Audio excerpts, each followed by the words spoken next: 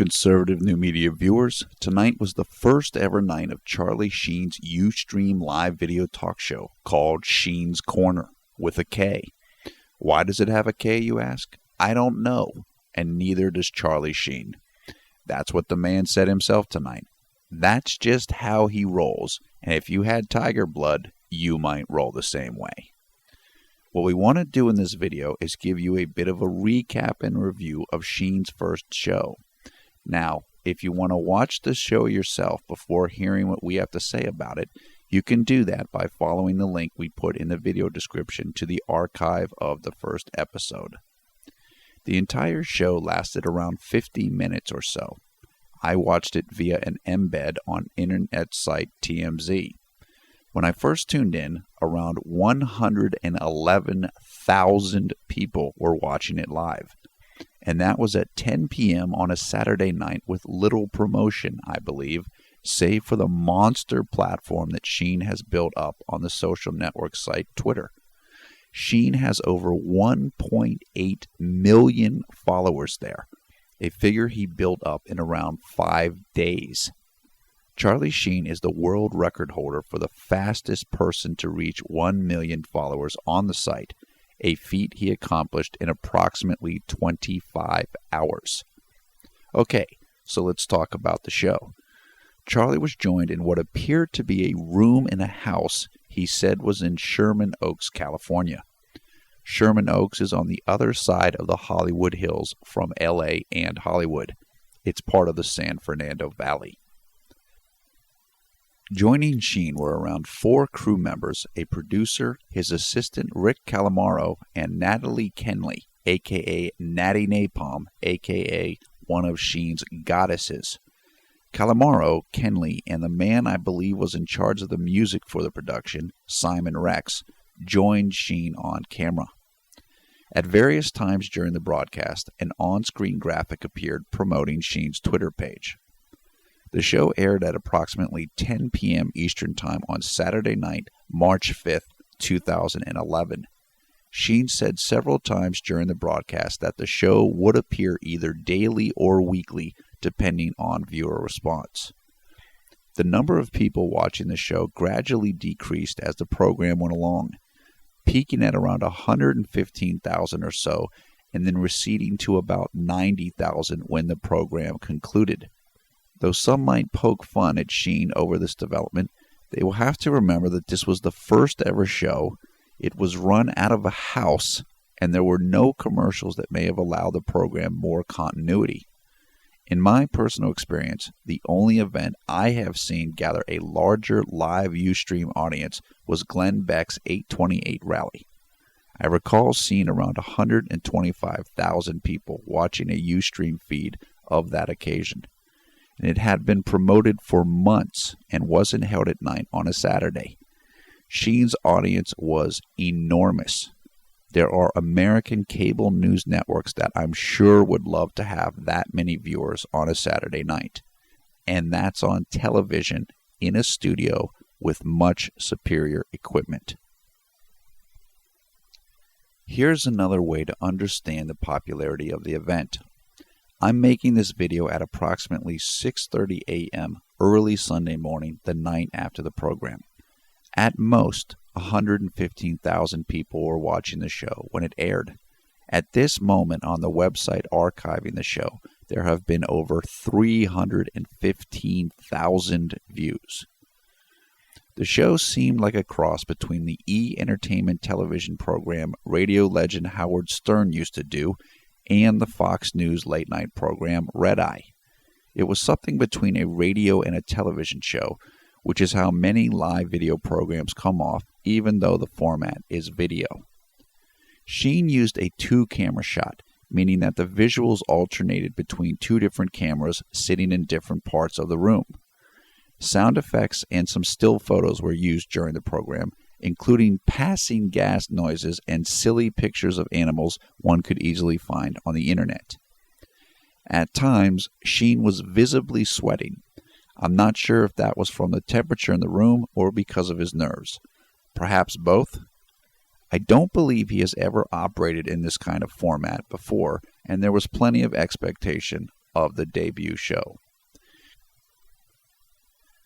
Sheen, Calamaro, and Kenley used note cards at various points in the show, both to read prepared lines as well as just written text based upon feedback and questions they had solicited from people on Twitter who were watching the program. There were several preset spots in the show. One was called Weighing In with Rick, where Calamaro shared his thoughts on some subjects and asked people to send in questions and topics to the show. Another pair of show parts, joined together, were called Wish They Were Me Forever and Wish I Were Them for 10 Minutes. In the former, Sheen mentioned people he felt wanted to be him. These included TV's Dr. Drew Pinsky and Nancy Grace. People Sheen said he would like to be included actors Colin Farrell and Sean Penn, as well as Major League Baseball pitcher Brian Wilson. Another segment was named the Gnarls Gnarlington portion. This consisted of Sheen pumping up people whom he liked, and then his co-host then repeating Gnarls Gnarlington afterwards. Those whom Sheen gave props to were athletes Reggie Jackson and Todd Zeal, as well as billionaire Mark Cuban.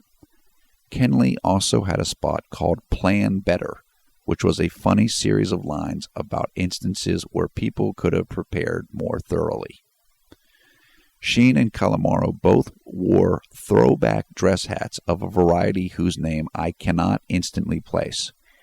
It reminded me of something internet mogul Matt Drudge would wear, or what a reporter from the 1950s might sport.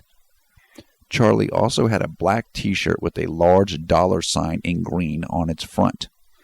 On the show, he revealed that he had just gotten a tattoo with the word winning done on his left wrist.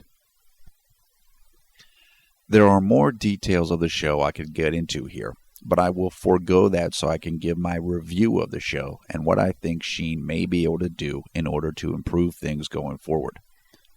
I'll be honest, when I first watched the show, it seemed a bit disorganized and not incredibly well done.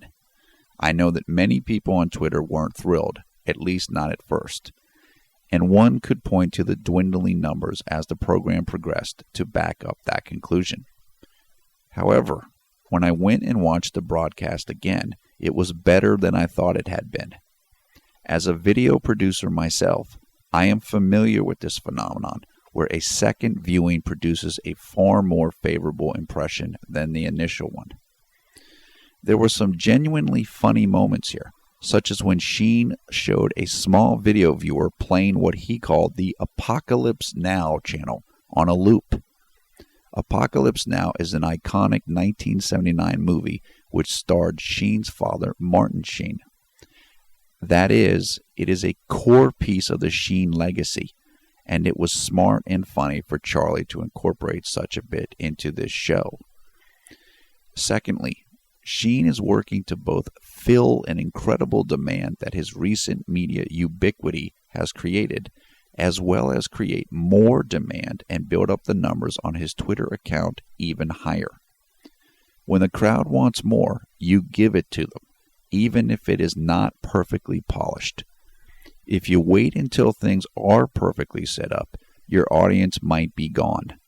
Sheen knows this as well as anyone, and so he chose to strike while the iron was hot. Third, as someone who has done live television, let me just say it is not nearly as easy as it looks. And, as I mentioned earlier, this was 50 minutes of continuous content with no commercials. No breaks, no time to change the set or update the notes. That is very challenging, and it is even tougher when it's your first time out of the chute with a new program you had little time to prepare for. So, do I think the show was a success? Yes, I do. Sheen quenched the thirst of an innumerable amount of people who had been tweeting out winner, Adonis DNA, and other Sheenisms for the last 5 days. You want Sheen, you got Sheen. Now, did Charlie lose some people here? He may have. There will be some people who will view this as something akin to a public access cable show unbefitting of a Hollywood star of Sheen's level. But my guess is even those people end up tuning into the next episode, and they may just come to appreciate Sheen in this setting. Time will tell. Finally, a couple of things which I think Sheen should do to help improve the show. Number one, the lighting must be improved. The broadcast was too dark. Secondly, cut out some of the sound effects like the passing gas sounds. You don't need that, and they detracted from matters. Third, as the show develops, you may wish to consider having some guests drop in, either in person or by phone. I know that the other of Sheen's goddesses, Rachel Oberlin, was not present tonight, and she may be able to add more to the program as well. Finally, and this will come with time, just relax. All the great broadcasters and talk show hosts don't have to over-rely on gimmicks. Rush Limbaugh can weave a story, any story, and make it interesting. Ditto Howard Stern. Just let things come to you. Hey, let's be honest here. You're Charlie Sheen and everyone else isn't.